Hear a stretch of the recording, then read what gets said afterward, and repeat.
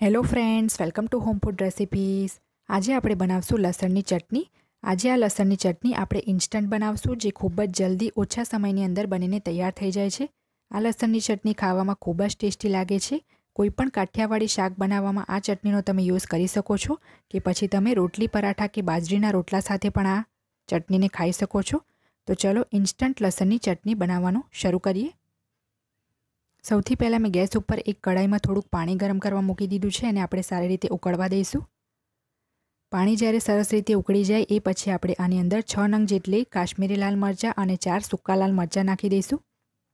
કાશ્મીરી લાલ મરચાંમાં વધારે તીખાશ નથી હોતી અને એનાથી ચટણીનો કલર ખૂબ જ સરસ આવે છે। હવે આ મરચાંને આપણે પાણીની અંદર 5 મિનિટ માટે ઉકળવા દેવાના છે મીડિયમ ફ્લેમ ઉપર। આવું કરવાથી આપણા જે સૂકા મરચાં છે એ એકદમ સરસ પલળીને ફૂલી જશે। અહીંયા બંને મરચાં મળીને 20 ગ્રામ જેટલા છે। હવે તમે જોઈ શકો છો કે 5 થી 6 મિનિટમાં જ આપણા જે મરચાં છે એ ખૂબ જ સરસ રીતે ફૂલી ગયા છે। જો તમને મરચાં પલાળવાનો સમય ના હોય તો તમે આ રીતે ગરમ પાણીમાં ઉકાળીને ઇન્સ્ટન્ટ ચટણી બનાવી શકો છો। હવે આપણે ગેસ બંધ કરીને એક પ્લેટ મૂકીને એમ જ એને થોડીવાર રહેવા દઈશું। 2 થી 3 મિનિટ માટે મેં પ્લેટ એમ જ ઉપર ઢાંકી દીધી હતી। તો હવે તમે જોઈ શકો છો કે આપણા મરચાં ખૂબ જ સરસ રીતે ફૂલીને સોફ્ટ થઈ ગયા છે।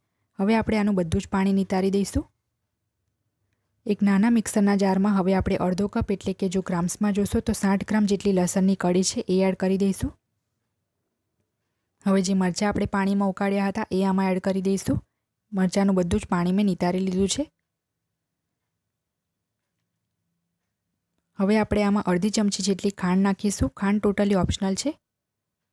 અડધી ચમચી જેટલું આપણે આમાં મીઠું નાખીશું અને 1/3 કપ જેટલું પાણી નાખીને આપણે આને સારી રીતે પીસીને પેસ્ટ બનાવી લેવાની છે। અડધો કપ મેં પાણી લીધું હતું, એમાંથી મેં 1/3 કપ જ પાણી યુઝ કર્યું છે।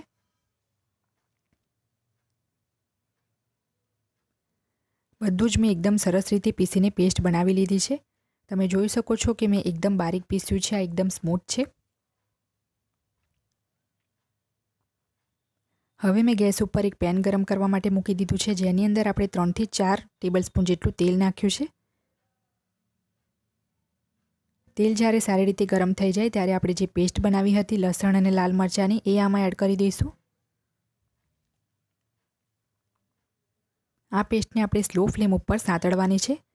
જ્યાં સુધી એમાંથી તેલ અલગ ના થઈ જાય ત્યાં સુધી આપણે આને સાંતળવાની છે। તો એક વખત આપણે આને તેલની અંદર મિક્સ કરી લઈએ।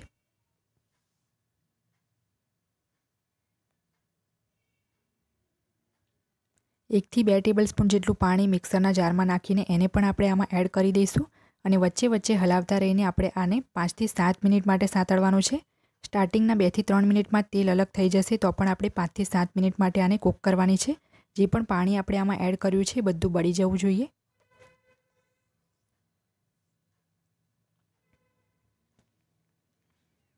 ચટણીમાંથી સાઈડ પરથી તેલ અલગ થઈ ગયું છે અને આ થોડીક ગાઢી પણ થઈ ગઈ છે।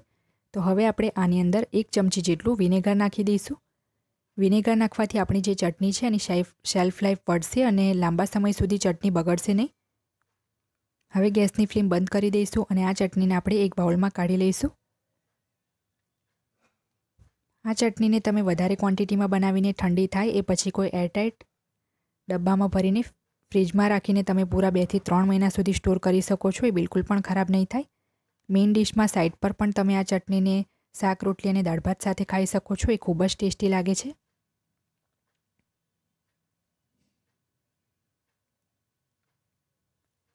ફ્રેન્ડ્સ, આપણી લસણની ચટણી બનીને તૈયાર છે। જો તમને મારી આ લસણની ચટણીની રેસીપી પસંદ આવી હોય તો મારી ચેનલને લાઇક, શેર અને સબસ્ક્રાઇબ કરવાનું ના ભૂલતા।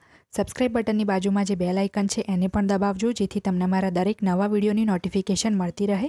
જો તમારે મારો આ જ વિડીયો હિન્દીમાં જોવો હોય તો એની પણ મેં લિંક નીચે ડિસ્ક્રિપ્શન બોક્સમાં આપી દીધી છે। તો મળીએ નેક્સ્ટ વિડીયોમાં। ત્યાં સુધી આવજો।